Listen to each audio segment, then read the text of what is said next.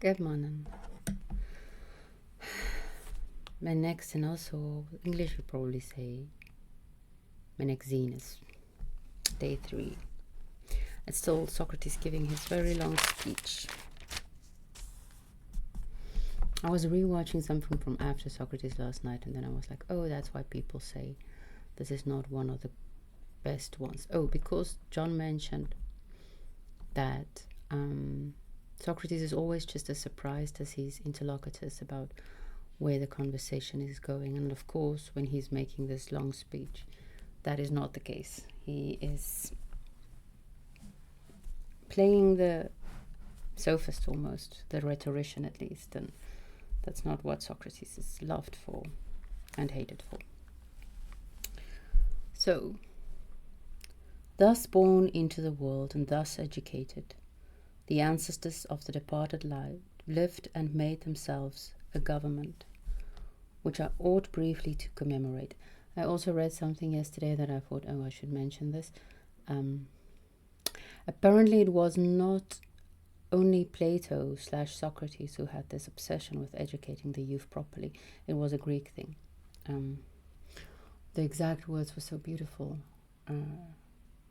It was upon the nobility to educate the young, and something about them not necessarily being noble by blood, but by being noble by soul. The whole arete, excellence, which became virtue thing, that was what it was about. For government is the nurture of man, and the government of good men is good, and of bad men bad. And I must show that our ancestors were trained under a good government, and for this reason they were good. And our contemporaries are also good, among whom our departed friends are to be reckoned. See, I think that's Socratic irony. Then, as now, and indeed always, from that time to this, speaking generally, our government was an aristocracy, a form of government which receives various names according to the fancies of men, and is sometimes called democracy, but is really an aristocracy. I don't know why I can't pronounce it today. My apologies. Or government of the best, which has the approval of the many.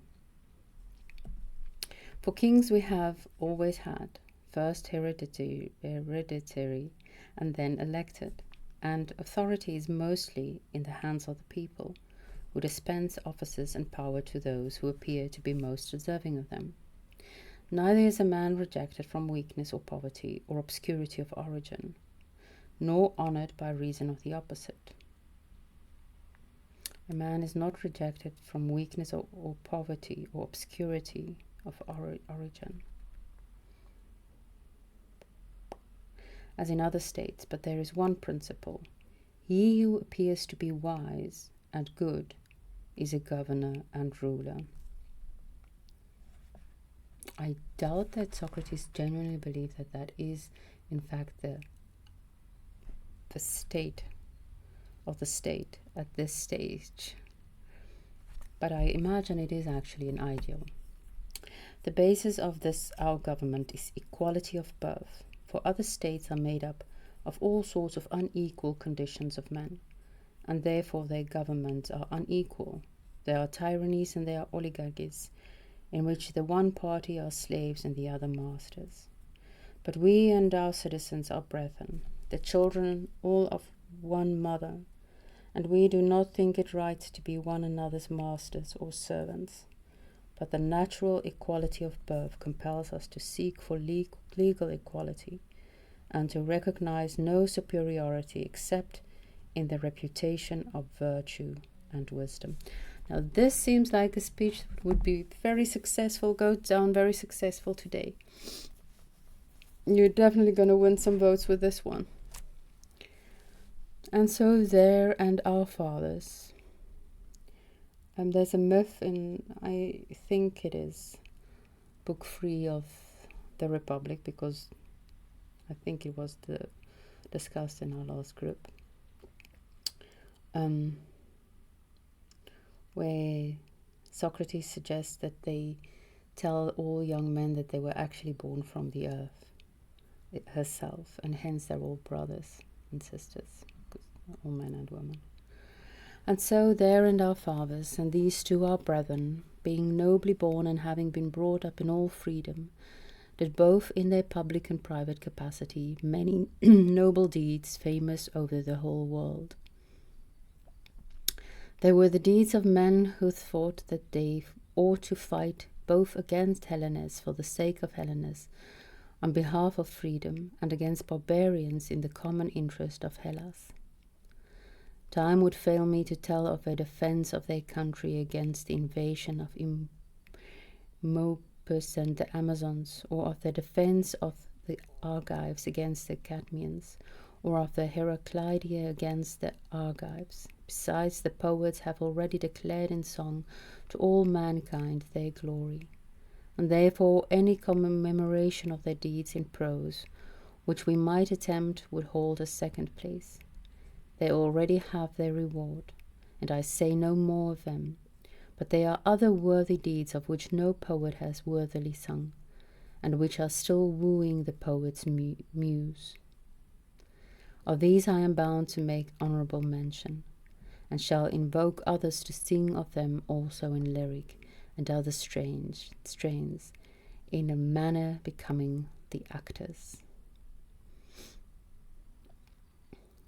But there are other worthy deeds of which no poet has worthily sung, and which are still wooing the poet's muse.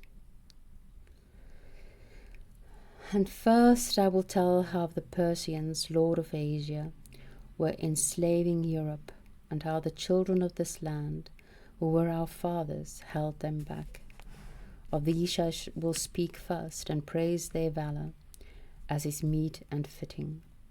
He who would rightly estimate them should place himself in fort at that time, when the whole of Asia was subject to the third king of Persia. The first king, Cyrus, by his valour freed the Persians, who were his countrymen, and subjected the Medes, who were their lords, and he ruled over the rest of Asia, as far as Egypt.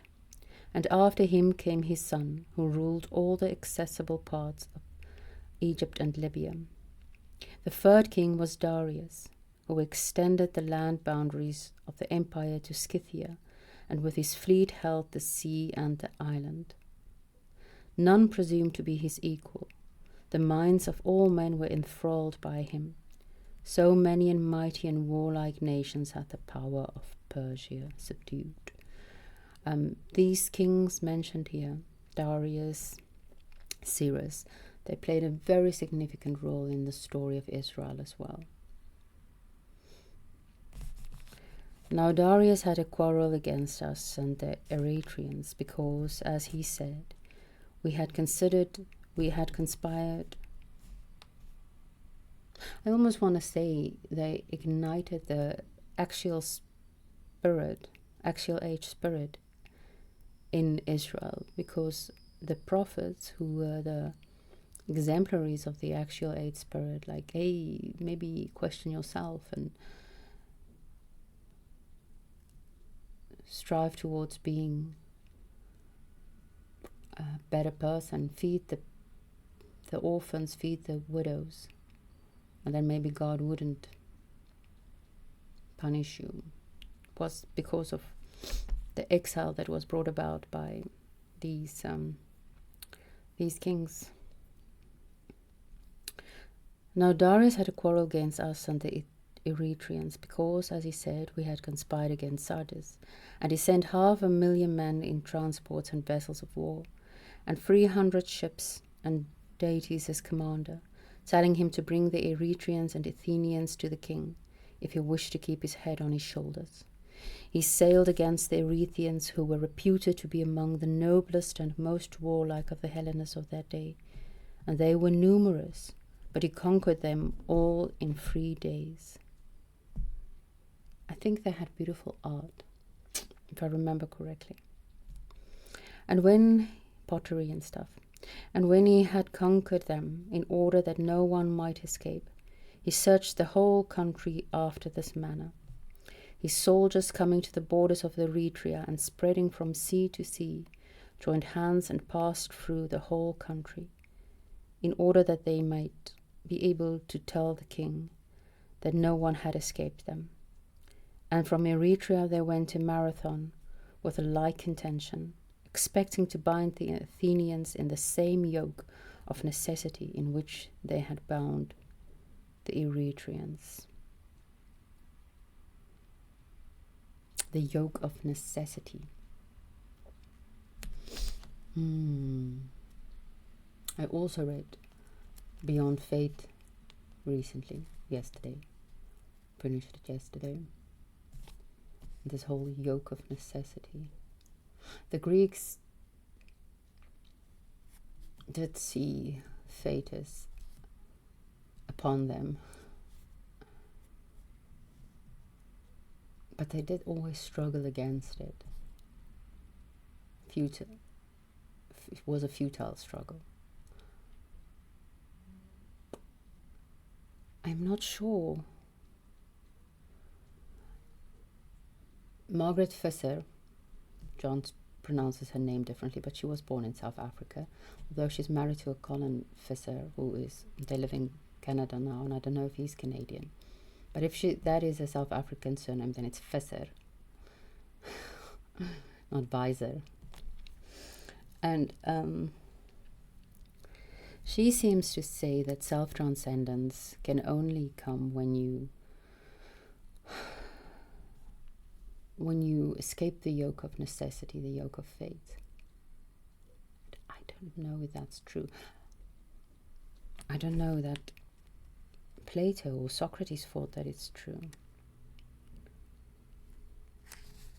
Because Socrates performed compelled by the gods, or the god, Apollo, I guess, the god of Delphi.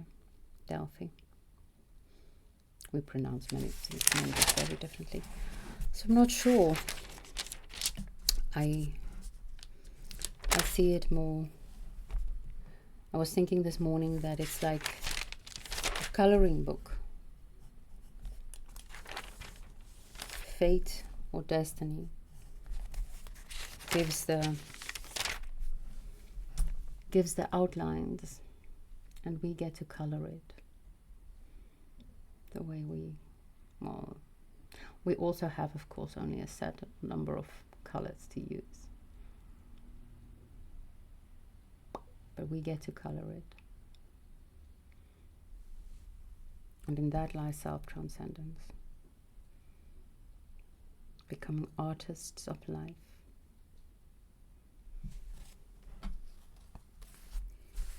I don't know. I don't know.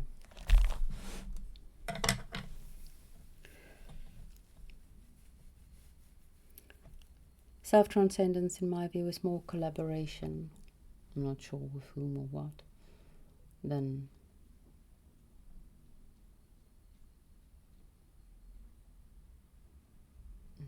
striving against your fate. Collaboration with it. I don't know. Amor fati. And may you have a beautiful day.